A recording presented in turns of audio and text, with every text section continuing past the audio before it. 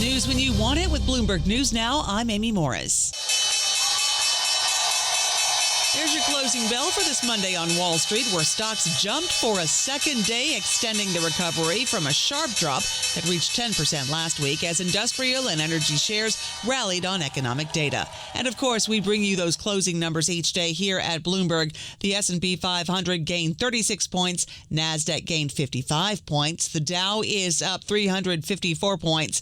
The 10-year Treasury yield at 4.29% and the 2-year yield at 4.04%. The Trump administration is still finalizing details of tariffs that are set to hit on April 2nd. White House Press Secretary Caroline Leavitt. Yes, the April 2nd day is a big day for the country, as the president has said. Reciprocal tariffs will go into effect. We'll have more details on that as the date nears. Now, U.S. Trade Representative Jamieson Greer is seeking to bring order to this upcoming announcement by reinstating parts of a traditional policy process, including asking for public comment on the reciprocal duties.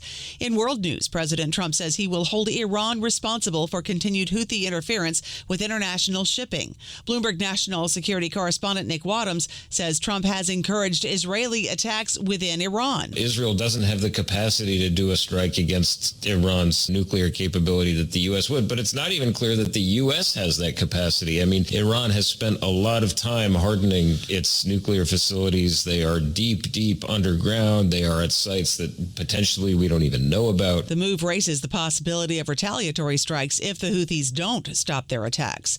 Russian President Vladimir Putin is set to talk to President Trump tomorrow amid the U.S. push for a ceasefire in Ukraine. President Trump at the Kennedy Center. We're going to see if we can work a peace agreement, a ceasefire and peace, and I think we'll be able to do it. The U.S. is pressing for Russia to agree to a 30-day ceasefire that Ukraine has said it's ready to accept, but Putin has insisted on a number of conditions before committing.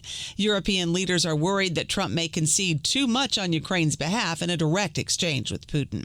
The Trump administration is accused of defying a federal judge's order by deporting hundreds of alleged Venezuelan gang members, sparking a legal clash that could reach all the way to the Supreme Court. The administration's use of the Alien Enemies Act of 1798 to deport Venezuelans is being challenged as unprecedented and a potentially unlawful expansion of presidential power. The UN Undersecretary for Humanitarian Aid, Tom Fletcher, has been trying to enlist other nations to fill the gaps as the U.S. eliminates and Britain reduces foreign aid. There are very real consequences because of the pace of those cuts and also the savagery of those cuts. There are hundreds of millions of people that we won't reach with life-saving aid in the coming year. So we're having to revise all of our strategies to save as many lives as possible with the resources that we'll still have. Hear that entire interview with UN Undersecretary for Humanitarian Aid, Tom Fletcher, on the Bloomberg Talks podcast.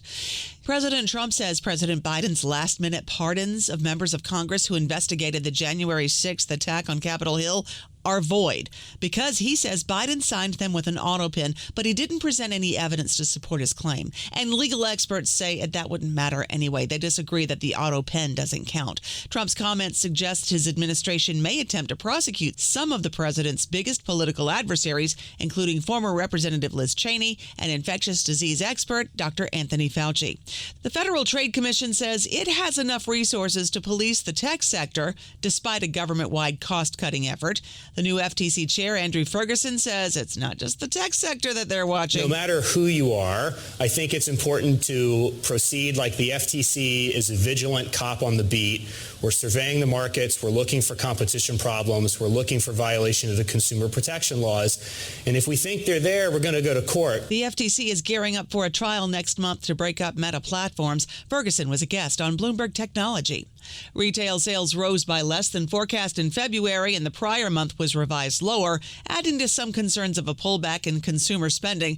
Bloomberg's Michael McKee with those numbers. We had a question about whether the hard data would follow the soft down. Retail sales on a headline basis up just 0.2%. A retail sales control group is reasonably strong, though, up 1% after a negative 0.8% drop in the month before. Bloomberg's Mike McKee reporting. And in sports, Rory McIlroy is the winner of the Players' Championship in Florida.